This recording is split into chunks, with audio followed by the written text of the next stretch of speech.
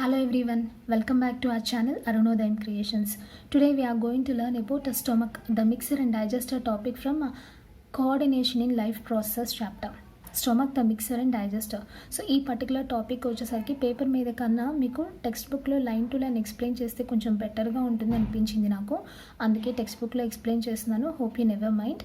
First, stomach is just like a mixer in our houses. మన ఇళ్ళల్లో mixer grinders ఉంటాయి కదా, సో మన బాడీలో కూడా స్టొమక్ అలాంటిది అట. మిక్సర్ గ్రైండర్స్ ఏం చేస్తే మనం తీసుకునే డిఫరెంట్ ఫుడ్ పార్టికల్స్ని మిక్స్ చేస్తాయి అండ్ చిన్న ఫైన్ పార్టికల్స్గా గ్రైండ్ చేస్తాయి. సో సేమ్ అలాగే మన బాడీలో ఉన్న స్టొమక్ కూడా మనం తీసుకునే డిఫరెంట్ కాంపోనెంట్స్ ఆఫ్ ఫుడ్ మెటీరియల్స్ని మిక్స్ చేస్తుంది, ఫైన్ పార్టికల్స్గా గ్రైండ్ చేస్తుంది. At the same time it is also acting like a డైజెస్టర్లో యాక్ట్ చేస్తుంది. అంటే ఫుడ్లో ఉన్న కొన్ని కాంపోనెంట్స్ని డైజెస్ట్ కూడా చేస్తుంది అనమాట స్టొమక్. అందుకనే stomach is called as a mixer and digester అని పిలుస్తాం. సో కింద కొన్ని క్వశ్చన్స్ ఇచ్చాడు, అవి ఎక్స్ప్లెయిన్ చేసుకుని నెక్స్ట్ టాపిక్లోకి వెళ్దాం. Why do you think the stomach is structured like a bag rather than a tube like oesophagus? ఎందుకు స్టొమక్ ఈసోఫేగస్లో ఒక స్ట్రైట్ ట్యూబ్ లాగా లేకుండా ఒక బ్యాగ్ లాగా అరేంజ్ అయింది, ఒక బ్యాగ్ లాగా ఉంటుంది దాని స్ట్రక్చర్ అని అడిగాడు. సో ఏమైంది, యాక్చువల్లీ ఫస్ట్ ఆఫ్టర్ ఇంజెషన్ మన ఫుడ్ మౌత్లోకి తీసుకున్న తర్వాత partial digestion has taken place in మౌత్లో పార్షియల్ డైజెషన్ జరిగింది. ఆ నెక్స్ట్ ఫానిక్స్లో కానీ ఈసోఫేగస్లో కానీ ఫుడ్ అసలు డైజెస్ట్ అవ్వలేదు. నెక్స్ట్ ఏమవ్వాలి, at least digestion has to continue in stomach. ఏమవ్వాలి, డైజెషన్ అనేది స్టొమక్లో కంటిన్యూ అవ్వాలి అంటే food has to stay there for some time. కాసేపు ఫుడ్ నిలవ ఉండాలి, అప్పుడే the digestive juices will act on the food and helps in digestion. Digestive juices food మీద యాక్ట్ చేసి ఫుడ్ని డైజెస్ట్ చేయగలుగుతాయి. ఫానిక్స్ ఈసోఫిగస్ వచ్చేసరికి అవి స్ట్రైట్ ట్యూబ్స్, ఫుడ్ అక్కడ నిలవ ఉండే ఛాన్స్ లేదు కాబట్టి అక్కడ డైజెషన్ అనేది జరగలేదు. సో అట్లీస్ట్ ఇక్కడైనా డైజెషన్ ప్రాసెస్ కంటిన్యూ అవ్వాలి కాబట్టి ఏమవుతుంది, stomach is structure like a bag, ఒక బ్యాగ్ లాగా స్ట్రక్చర్ అయి ఉంటుంది. So that food material will టెంపరీగా ఫుడ్ స్టోర్ అవుతుంది స్టొమక్లో. At the same time enzymatic action also takes place. స్టొమక్లో ఉన్న ఎంజైమ్స్ ఫుడ్ మీద యాక్ట్ చేయడానికి కూడా ఛాన్స్ దొరుకుతుందన్నమాట. అందుకనే in order to facilitate these two functions the stomach is structure like a bag. Okay, what sets such a process into action? So ఇలా food digest అయ్యే ప్రాసెస్ని ఎవరు స్టార్ట్ చేస్తారు అంటే గ్యాస్ట్రిక్ జ్యూస్ తీసుకుంటుంది ఆ బాధ్యతని.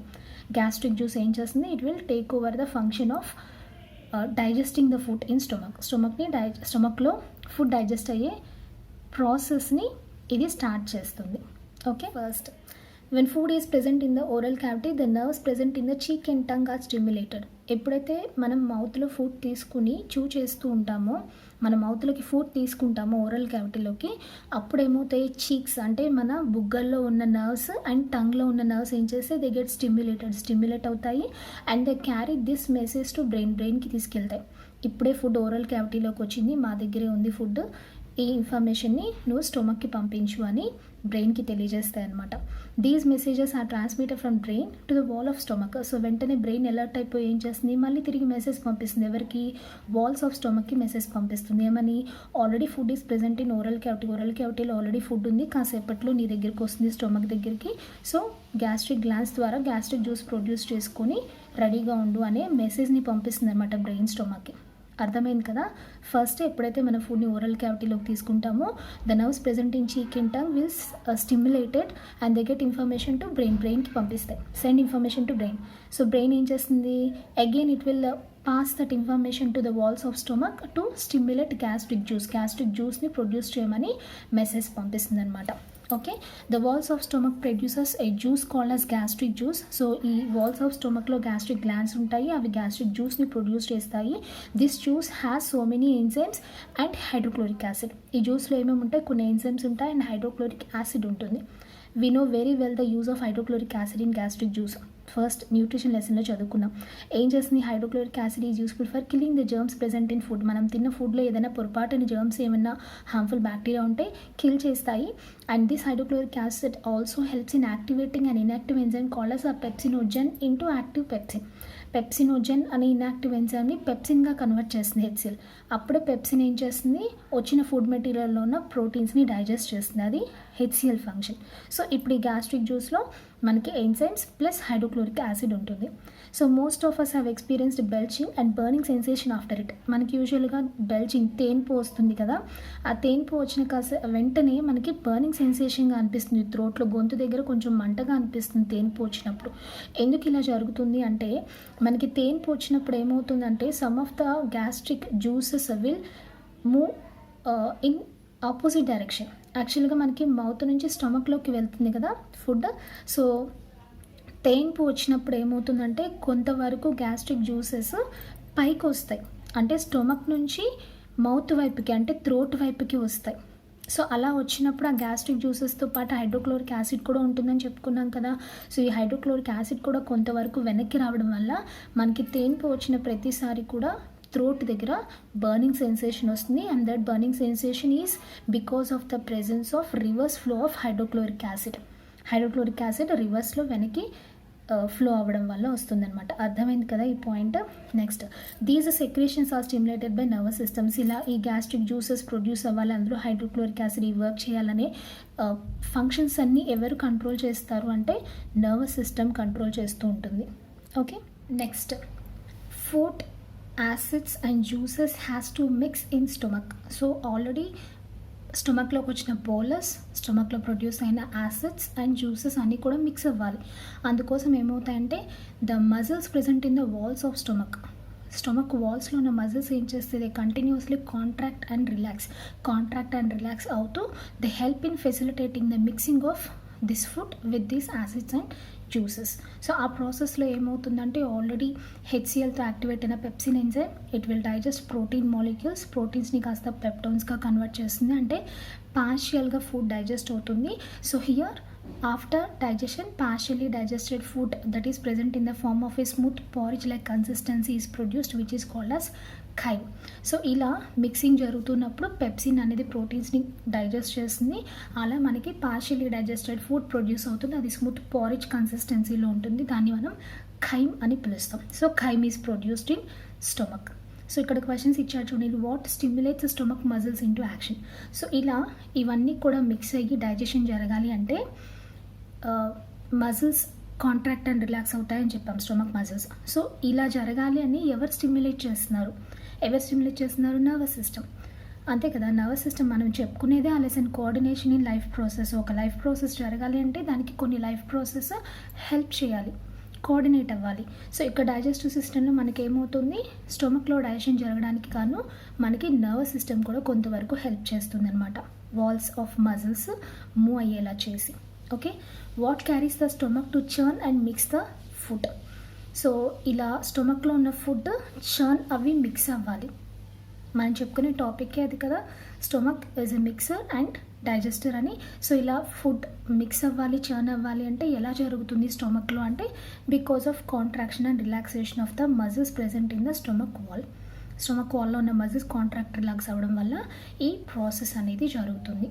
Okay, as a process of digestion in the stomach nearly completes, ఎప్పుడైతే డైజెషన్ ప్రాసెస్ స్టొమక్లో కంప్లీట్ అవ్వబోతుందో అప్పుడేమవుతాయంటే the contractions of stomach decreases.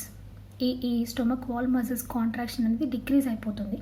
So what would be the reason, ఎందుకు ఇలా జరుగుతుంది అంటే it depends on some substances present in బ్లడ్లో ఉండి కొన్ని సబ్స్టెన్సెస్ రెగ్యులేట్ చేస్తాయి కాంట్రాక్షన్స్ ఆఫ్ స్టొమక్ని. Example enteroglucagon and intestinal peptide. ఈ 2 సబ్స్టెన్సెస్ బ్లడ్లో ఉంటాయి. ఈ సబ్స్టెన్సెస్ క్వాంటిటీని బట్టి స్టొమక్లో కాంట్రాక్షన్స్ ఇంక్రీజ్ అవుతాయి లేదా డిక్రీజ్ అవుతాయి. అంటే కాంట్రాక్షన్స్ డిక్రీజ్ అవుతున్నాయంటే అర్థం ఏంటి, స్టొమక్లో ఇంకా డైజెషన్ కంప్లీట్ అయిపోయింది, ఇంకా అక్కర్లేదు, డైజెషన్ జరగాల్సిన అవసరం లేదు అన్నప్పుడు స్టొమక్ వాల్ మజిల్స్ అనేవి డిక్రీజ్ అవుతాయి కాంట్రాక్షన్స్. అది దేని మీద డిపెండ్ అవుతుంది, concentration of enteroglucagon and intestinal peptide present in blood. This prompts muscles called as pyloric sphincter at the opening of the stomach, the first part of small intestine ఆ duodenum to relax. So next ఏమవుతుంది, ఎప్పుడైతే స్టొమక్లో digestion అనే process complete అవ్వబోతూ ఉందో అప్పుడు a sphincter is present between stomach and next part of digestive system called as duodenum. స్టొమక్కి duodenum is the first part of small intestine. ఈ డియోడినమ్కి మధ్యలో ఒక స్ఫింక్టర్, ఒక వాల్వ్ ఉంటుంది. దాన్ని మనం పైలోరిక్ స్ఫింక్టర్ అని పిలుస్తాం. ఎప్పుడైతే స్టొమక్లో డైజెషన్ కంప్లీట్ అవ్వబోతూ ఉందో అప్పుడు ఏమవుతుంది, ఈ పైలోరిక్ స్ఫింక్టర్ అనేది ఓపెన్ అవుతుంది.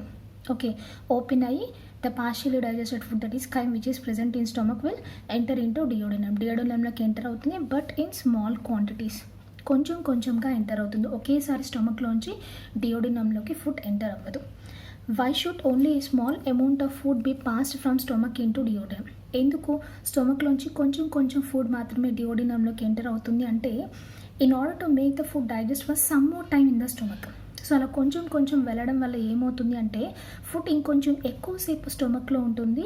ఇంకాస్త ఎక్కువసేపు స్టొమక్లో ఉన్న డైజెస్టివ్ జ్యూసెస్ ఆ ఫుడ్ మీద యాక్ట్ చేసి ఫుడ్ని ఇంకొంచెం డైజెస్ట్ చేయడానికి ఛాన్స్ ఉంటుంది. కాబట్టి అర్థమైంది కదా, ఎందుకు స్మాల్ అమౌంట్ ఆఫ్ ఫుడ్ మాత్రమే డియోడినమ్లోకి ఎంటర్ అవుతుంది అంటే, దానివల్ల ఇంకాస్త ఎక్కువసేపు ఫుడ్ స్టొమక్లో ఉండిపోవాల్సి వస్తుంది. దానివల్ల ఈ స్టొమక్లో ప్రొడ్యూస్ అయిన ఈ డైజెస్టివ్ జ్యూసెస్ ఇంకాస్త ఎక్కువసేపు ఫుడ్ని డైజెస్ట్ చేయడానికి ఛాన్స్ దొరుకుతుంది, టైం దొరుకుతుంది కాబట్టి. Okay, next peristalsis in stomach. Already చెప్పుకున్నాము, మన డైజెస్టివ్ సిస్టంలో ఎక్కడైనా సరే పెరిస్టాల్సిస్ అనే మూమెంట్ ద్వారానే ఫుడ్ ఒక చోటు నుంచి ఇంకో చోటుకి మూవ్ అవుతుంది. So in case of stomach also peristalsis takes place, but it takes place in 3 స్టెప్స్గా జరుగుతుంది పెరిస్టాల్సిస్ స్టొమక్లో. First step is propulsion, second grinding, third one is repropulsion. ప్రొపల్షన్లో ఏం జరుగుతుందంటే, peristaltic wave moves food from one place to other place. ఈ ప్రొపల్షన్లో food ఏమవుతుంది, ఒక ప్లేస్ నుంచి ఇంకో ప్లేస్కి మూవ్ అవుతుంది. ఫస్ట్ స్టెప్లో పెరిస్టాల్సిస్ ఫస్ట్ స్టెప్ ప్రొపల్షన్లో food moves from one place to other place. Second స్టెప్లో ఏమవుతుంది, గ్రైండింగ్ జరుగుతుంది. Most vigorous peristalsis and mixing action occurs close to pylorus. So బాగా ఫాస్ట్గా పెరిస్టాల్సిస్ జరుగుతుంది. దానివల్ల ఏమవుతుంది, ఫుడ్ ఏదైతే ఫుడ్ స్టొమక్లో ఉందో అది గ్రైండ్ అవుతుంది, మిక్స్ అవుతుంది. అండ్ ఏమవుతుంది, పైలోరిక్ స్ఫింక్టర్కి కొంచెం దగ్గరగా మూవ్ అవుతుంది. ఈ స్టెప్స్ అన్నీ గ్రైండింగ్లో జరుగుతాయి. ఓకే, విగరస్గా పెరిస్టాల్సిస్ జరుగుతుంది, ఫుడ్ బాగా ఫాస్ట్గా గ్రైండ్ అవుతుంది, పైలోరిక్ స్టమక్కి దగ్గర పైలోరిక్ వాల్వ్కి దగ్గరగా వస్తుంది ఫుడ్. థర్డ్ స్టెప్ వచ్చేసరికి రిట్రోపల్షన్. రిట్రో అంటే వెనక్కి. Small amount of chyme is pushed into duodenum, simultaneously forced most of it back into stomach. కొంచెం అమౌంట్ ఆఫ్ ఫుడ్ డియోడినంలోకి మూవ్ అవుతుంది, సైమల్టానియస్లీ అదే టైంలో more amount of food is forced back into stomach. ఎక్కువ food వెనక్కి తంతూ ఉంటుంది, వెనక్కి కొంచెం ముందుకెళ్తుంటే ఎక్కువ వెనక్కి వస్తూ ఉంటుంది స్టమక్లోకి. రిట్రోపల్షన్ అంటాం, అది ఎందుకు కూడా చెప్పుకున్నాం, for more enzymatic activity in stomach. These are the 3 steps in peristalsis of stomach. So ఈ పెరిస్టాల్సిస్లో ఏం జరుగుతుంది, యాజ్ యూజువల్ ఈసోఫేగస్లో చూసాం కదా మనం, ఫుడ్ ఈసోఫేగస్లో ఏమవుతుంది, the muscles present behind the food వెనక ఉన్న మజిల్స్ కాంట్రాక్ట్ అవుతాయి, the muscles present in front of ఫుడ్కి ముందు ఉన్న మజిల్స్ రిలాక్స్ అవుతాయి, then the food will move forward. Same happens in case of stomach also. స్టొమక్లో కూడా ఏమవుతుంది, ఫుడ్ వెనక ఉన్న మజిల్స్ కాంట్రాక్ట్ అవుతూ ఉంటే ఫుడ్ ముందు ఉన్న మజిల్స్ ఏమవుతాయి, రిలాక్స్ అవుతూ ఉంటాయి, giving rise to a thrust అంటే ఫుడ్కి కొంత ప్రెషర్ని ఇస్తాయి. ఆ ప్రెషర్తో ఏమవుతుంది, food will move towards digestive canal. ఏమవుతుంది, ఫుడ్ డైజెస్టివ్ ట్రాక్లో నెక్స్ట్ పార్ట్స్కి మూవ్ అవుతూ ఉంటుందన్నమాట. Okay, a wave of contraction followed by relaxation in muscles helps in forward movement of food. Contraction, relaxation అలా జరుగుతూ ఉండడం వల్ల ఫుడ్ కొంచెంగా ముందుకు వెళ్తుంది. Okay, next what is involved in bringing about peristalsis. So ఈ స్టొమక్లో పెరిస్టాల్సిస్ అనే ప్రాసెస్ ఎవరు తీసుకొస్తున్నారు అంటే, contraction and relaxation of muscles of stomach. So stomach వాల్స్లో ఉన్న మజిల్స్ కాంట్రాక్ట్ రిలాక్స్ అవ్వడం వల్ల ఈ పెరిస్టాల్సిస్ అనే ప్రాసెస్ జరుగుతుంది స్టొమక్లో. What is the direction of peristalsis, ఎటువైపు వెళ్తుంది పెరిస్టాల్సిస్ అంటే, from mouth to anus, mouth నుంచి ఏనస్ వైపుకి వెళ్తుంది అనమాట పెరిస్టాల్సిస్ స్టొమక్ దగ్గర. What happens if the direction of peristalsis is reversed. ఒకవేళ పెరిస్టాల్సిస్ అనేది రివర్స్ అయిందనుకో, అంటే మౌత్ నుంచి స్టొమక్ నుంచి ఏనస్ వైపుకి వెళ్ళాలి ఇంటెస్టైన్ ద్వారా. అలా కాకుండా రివర్స్ అయితే ఏమవుతుంది అని అడిగాడు, వామిటింగ్ అవుతుంది, అంతే కదా. మౌత్ నుంచి స్టొమక్ వచ్చింది, స్టొమక్ నుంచి నెక్స్ట్ ఏమవ్వాలి, ఇంటెస్టైన్కి వెళ్ళాలి. అలా కాకుండా రివర్స్లో జరిగితే పెరిస్టాల్సిస్ ఫుడ్ స్టొమక్లోంచి మళ్ళీ మౌత్కి వెళ్తుంది, అంటే వామిటింగ్ జరుగుతుంది అనమాట. ఓకే, లేదా దాన్ని బెల్చింగ్ అని పిలుస్తాము. ఫుడ్ బయటకు వెళ్ళిపోకుండా చిన్న తేనె పోస్తే, లేదా ఇన్ కేస్ ఆఫ్ యానిమల్స్ అయితే దాన్ని రూమినేషన్ ప్రాసెస్ అని చెప్తాం. సో ఈ రిమినేషన్ గురించి మనం నెక్స్ట్ వీడియోలో చెప్పుకుందాం, ఎందుకంటే ఇప్పటికే చాలా లెందీగా అయిపోయింది వీడియో. ఒకేసారి చెప్పినా సరే తీసుకోలేకపోతారు మీరు. అందుకని కంటిన్యూషన్ రుమినేషన్ టాపిక్ అండ్ ఈ digestion in case of stomach continuation topic నేను నెక్స్ట్ వీడియోలో ఎక్స్ప్లెయిన్ చేస్తాను. ఓకే, మీకు ఎలాంటి డౌట్స్ ఉన్నా సరే నన్ను కమెంట్ సెక్షన్లో అడగచ్చు. మీకు ఈ టాపిక్ అర్థమైందని అనుకుంటున్నాను. Thank you so much for watching. జై హింద్.